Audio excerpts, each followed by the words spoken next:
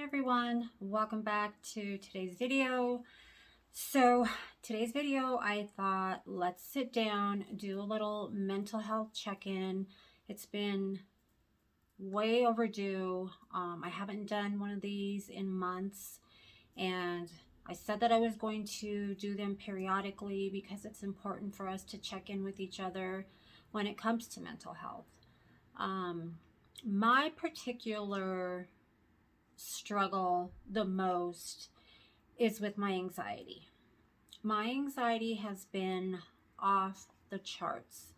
This past year, I've struggled with anxiety, as most of you know, pretty much my entire life, even from a child. And it just really peaked at probably, I want to say 32, somewhere around there, to where it really started to become a problem, and I had to be on medication consistently, for the depression and also something for the anxiety. I guess I should first off, for a lot of you who don't know me, my name is Desiree, and I go by the handle of Evolution Des 2.0. Because I have started to reinvent myself. This is the second part of my life, and being medically retired, really trying to find my place and, what my purpose is for the second part of my life, because I can't work anymore. It's a whole bittersweet situation. I've talked about it a lot in the past. I have a video, my very first video, where I talked about why I even wanted to start a YouTube channel. Because we know there's millions and millions of YouTubers out there, but this is just a form of me sharing my love and passion for makeup, but also for mental health. So my struggle has been, my anxiety has just really, for some reason, gotten so bad this past 6 months. And you try to think of, like, okay, what changed in my life at that time? Like, what happened to where, it would have really triggered it? Because, with the post-traumatic stress that I have, among other things, I have triggers. But I also am triggered with my anxiety. What I've been struggling with, probably the absolute most, is morning anxiety.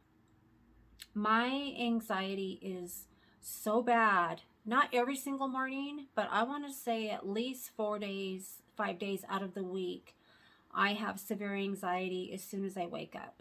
Like, my heart's racing, I have a sick feeling in my stomach, and it's just that feeling where it's just like they call it like an evil foreboding feeling. It feels like you just have like this dark cloud over your head, and your mind is racing, and you don't even have your eyes open. Like, I don't even have my eyes open, and I'm already borderline in a full-blown panic attack. Like, it makes absolutely zero sense to me. There's actually a name for it, and for the longest time, I didn't know that. Like, I just thought, because I have depression and stuff, and, things have been bumpy in my life, for the past year and a half, so, I mean, in my health, I'm like on an emotional roller coaster with my health because I can't work. I'm a people person. And so I've just been like in a tug of war with myself, for a while now. But it's an actual, our adrenal glands release a hormone called cortisol.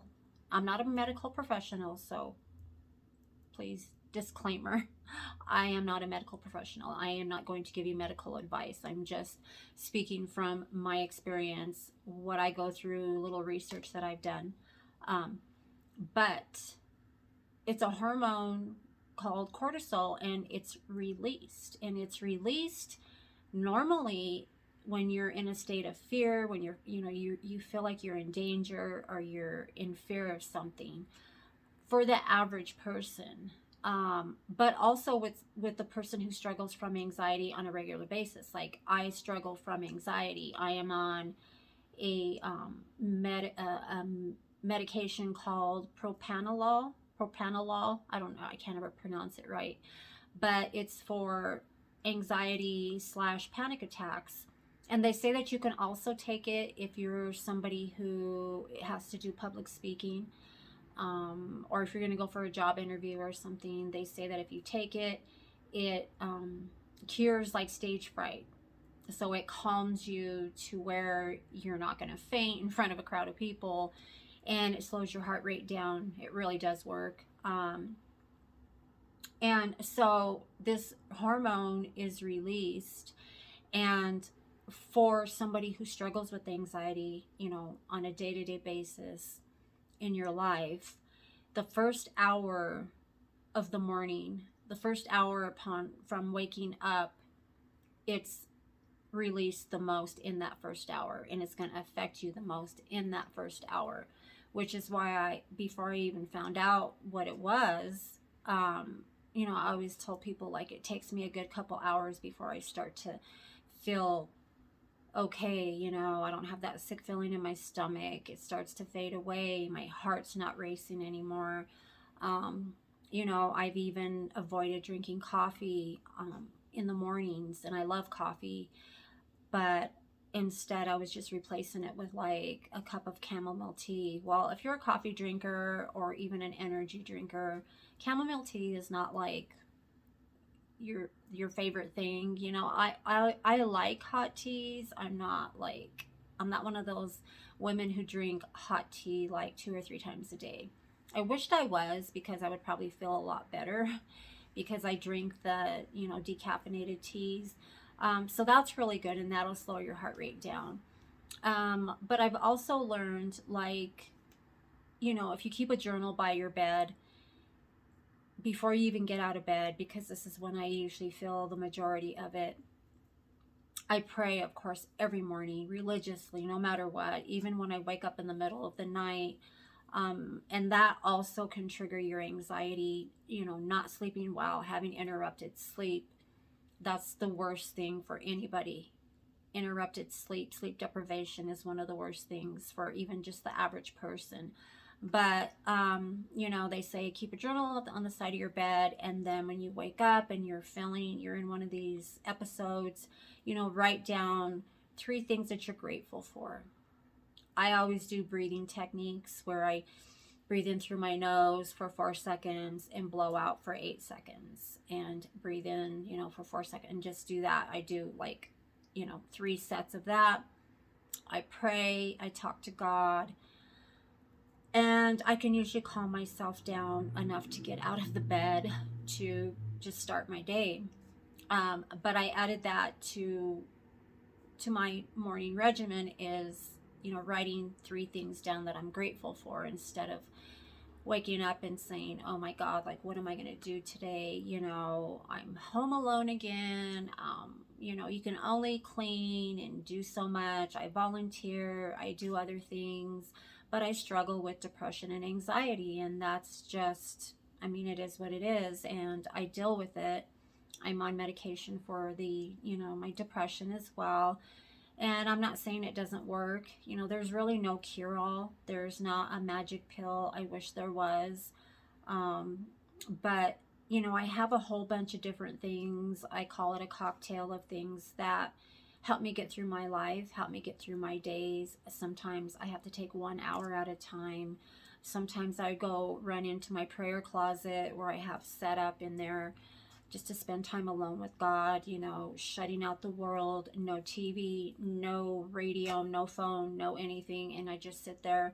Sometimes I sit in there and pray and cry, and sometimes I just sit there and just ask God to speak to me. And I just lay there, and I open myself up in my heart, in my spirit, to just hearing from God. You know, when I'm asking questions and praying, you know, we just keep talking and asking, but we don't stop talking. You know, God's just like, okay, you know, anytime now when you're finished talking and throwing your little temper tantrums sometimes, pity parties. He wants to talk to us, you know? So I've learned to just zip it and just lay there and just hear from God. God is such an important part of my life and a part of my days. And not everybody, you know, everybody has their own belief system. And I don't push my, you know, belief systems or what I believe in on anybody. You know, I just allow everybody just to be who they are and choose whatever they choose, because, you know, we're all walking our own journey, you know, by ourselves. Yes, we're in each other's lives, but we all have our own techniques and our own coping mechanisms and things that we believe in and we don't believe in. And I don't, you know, discount um, anybody's forms of, you know, who they pray to or what they pray to or what they believe in. Like, that's none of my business. I just know that I have to do what I have to do for me, and that's what works for me. You know, I ask God every day, you know, what do you want me to do today? Most people get up in the morning. I, first of all, thank God for waking me up and allowing me to see another day. I ask God, you know, to help me to walk in the Spirit today so that I don't fulfill the lust of the flesh, because we get in our flesh. And getting in our flesh means we want to take control.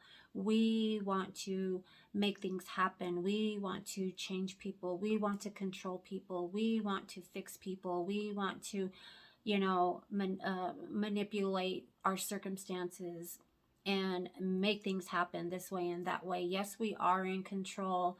We do have to make decisions. You know, we can't just sit back and say, okay, God, like, you do it all. Like, I need this, I need that in my life. You do it all for me, because I don't want to take any control. But we are responsible, you know, to make decisions, to use wisdom, and do what we think we should do. You know, we have freedom of speech, we have free will. You know, we are all responsible to do our absolute best in making decisions, in choosing right relationships, and being a good person. You know, I have learned, I've just like had these epiphanies, and I have just really learned that, you know, we spend so much time looking at other people and being hurt by other people, because people are going to disappoint us. No matter what, people will disappoint you. That's just a given. It's a fact.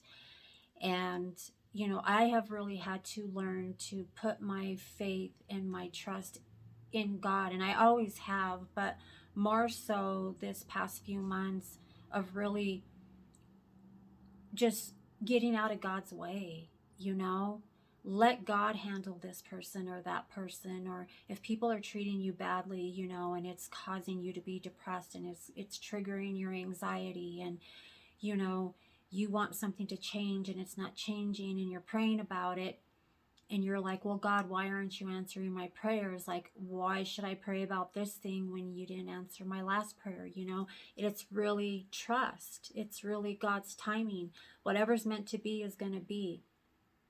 And I don't want anything in my life that isn't something that God doesn't want for me. And I ask Him, you know, from time to time, you know, please remove anything and anybody in my life that is not of you, that is not something that you want for me. And then again, sometimes He won't, and sometimes He leaves it up to us, just knowing, you know, because we're smart, we have brains, we have common sense, at least most of us do. And we know that we need to make decisions for ourselves, and we need to make good decisions and healthy decisions. So we can control a lot of times, or sometimes we bring stuff on ourselves. I know I do.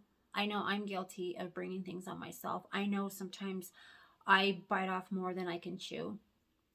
You know, when you're a people pleaser, and I've really come away from that, I've gotten away from that a lot. But when you're a people pleaser, you want to do so much for everybody, because it's almost like there's still that little part inside of me, maybe that little girl in me, that, you know, you want to be liked, you know, you want to be picked, You want to be, you want people to like you and love you. And not everybody's going to like us and love us. Like, we could be the sweetest, best person in the world, and not everybody is going to like us. The same way we don't like everybody. There's different personalities. There's something about other people that we don't like. There's things in me that people aren't going to like, and that's just life. But, we want people to accept us. So when you're trying to please people, and let's say I commit to doing something for this person, and then tomorrow comes and something else pops up, but you already committed over here. So you're trying to do this and you're still trying to do that. I don't like canceling on people. I don't like flaking out on people. And because of my health, I do. Like, it's, for me, it's inevitable. Like, some days my health is so unpredictable that I can't follow through. Learning to say no is something that I've really had to I have had to set boundaries for myself, and I've had to stick by them, and I've had to know that just because I say no, I can't, doesn't mean that I don't care, and it doesn't mean that, I'm selfish. It means that I need to take care of me sometimes. And just because I'm alone, a lot, doesn't mean that I'm always taking care of me. Because sometimes when I'm alone, I'm beating myself up for many things, and my youngest daughter told me the other day, I'm repeating this because I said this earlier, but, we self-talk. All of us talk to ourselves. Like, everybody talks to themselves. You're like, okay, I need to do this. I need to do that. Oh, wait. What do I need from the grocery store? Okay. Oh, I better throw the sheets in the washer. And we just talk out loud. We think out loud. We talk to ourselves. But then there's times where I'm not feeling pretty. I'm not feeling feminine. My health, my digestive system is bad. So I just like gross myself out sometimes, and I speak it out loud. You know, we we don't need to be putting that out into the universe, and we're speaking to ourselves, and I'm speaking negatively to myself and wondering why I don't feel good. It's not just what other people are saying and doing to me, is I'm guilty of doing it to myself. And it's like, wait, whoa, whoa, whoa, whoa. Like, she's like, Mom, don't say bad things about yourself. But sometimes it's just like, I, you know, my life has changed so much that I can't just be cute and dress up and go to work and, interact with people, because I can't do that anymore. That's not where my life is right now. That part of my life is over, and I have to accept it. And I have to just enjoy and appreciate the conversations that I can have and do have when I do go out and interact with people, or, have, talking with, loved ones or whatever. But it's not enough for me. I need more than that. And so I'm really, really struggling with, you know, going back and forth with God on, where do you want me? What do you want me to do? Because I don't feel like I can do this another day. Some days it's like that. Some days it's like, I can't do this another day. Like, I can't, be sick another day. I can't not feel good another day. I can't feel sad another day. Like, I really need to be with people and be around people in those moments. And I just don't feel good about myself when I'm not. And so when I'm really deep into those depression moments, those anxiety moments, I have to hurry up and get ready, do my makeup, get dressed, and get out of the house. And that helps my anxiety. So when I get out there, even just getting in my car and driving off, already I calm down. Like, I feel like I'm like this, because when I'm in my car and I start to drive off, I literally feel like a load has been lifted off. And it's not that my house, is miserable and makes me depressed, but when you're in the house every day, all day, the four walls just start to cave in. And, I have different rooms that I can go to and change the atmosphere and go sit outside if it's, warm enough. But getting out and just going for a walk, or just, going to the mall, or going to visit my mom or whatever, it does make a difference. But when you're depressed, it's hard to do those things.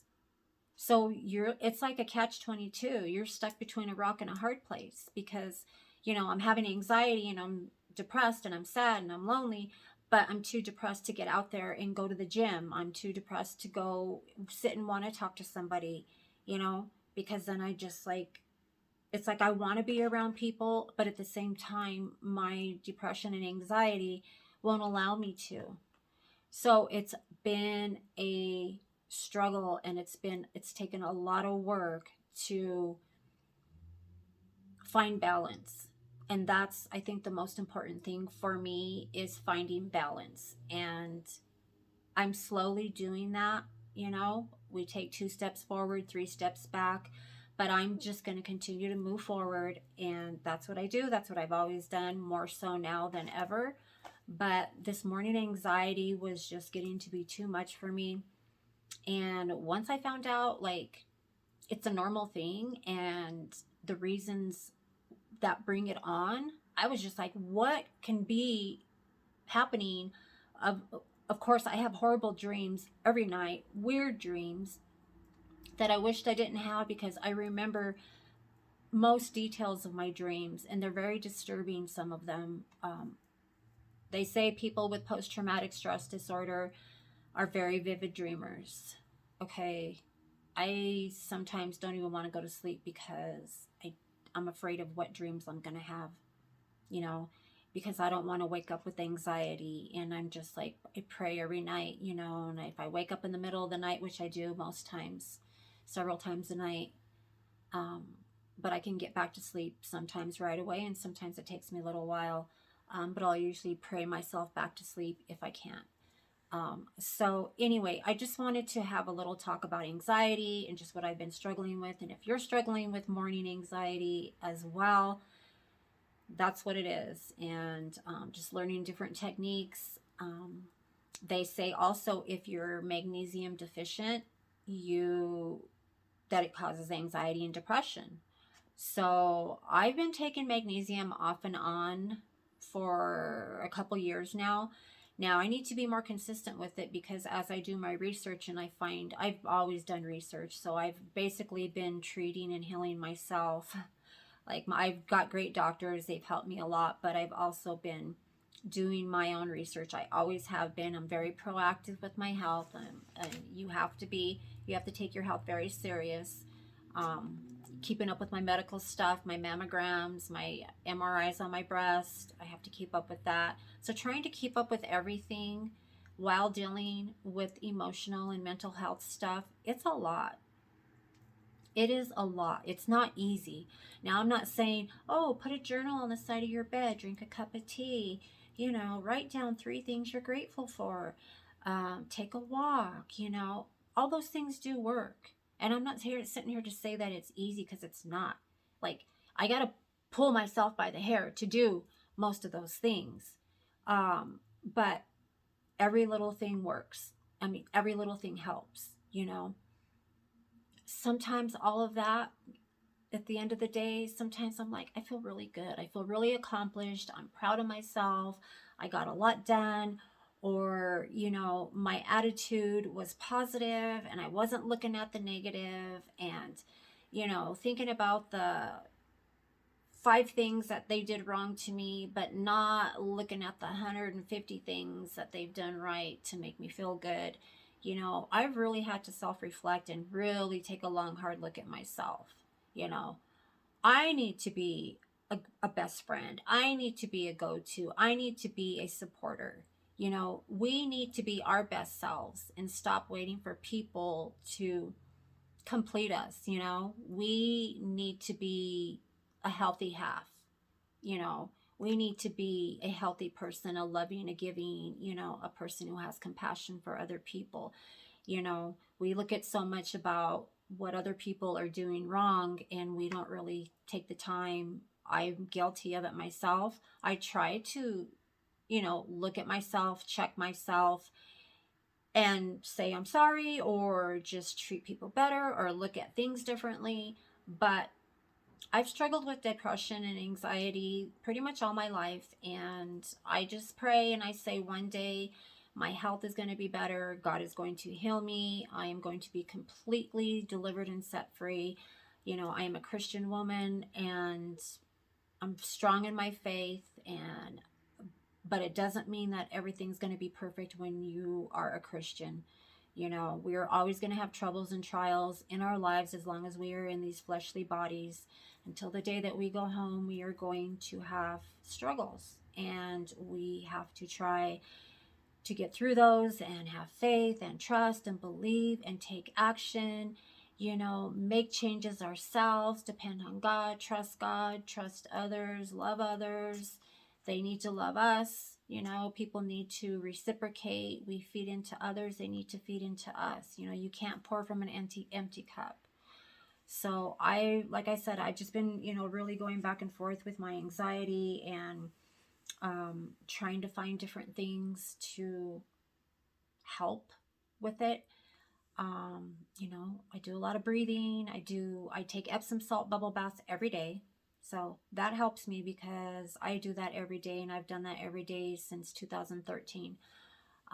Religiously, I take a hot bath every single day. Well, I shower also. I always say this because it's like, well, do you ever shower? Like, I shower every day, but I also take a bubble bath every day. So, but there's different techniques. They have this thing called, I wrote it down, the 333 rule, where when you're having anxiety, like, look for 3 sounds, listen for 3 sounds: a car driving by, birds chirping,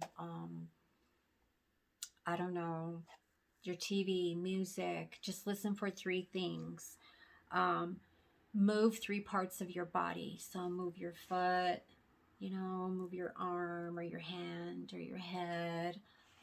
Just do 3 things. I've always done this technique when I'm having like an anxiety and I'm like ready, borderline gonna pass out, where you just look at 3 things. You go around the room, not even just 3 things, but you look at the mirror. You say, there's a mirror on the wall, the door, the light, the curtains.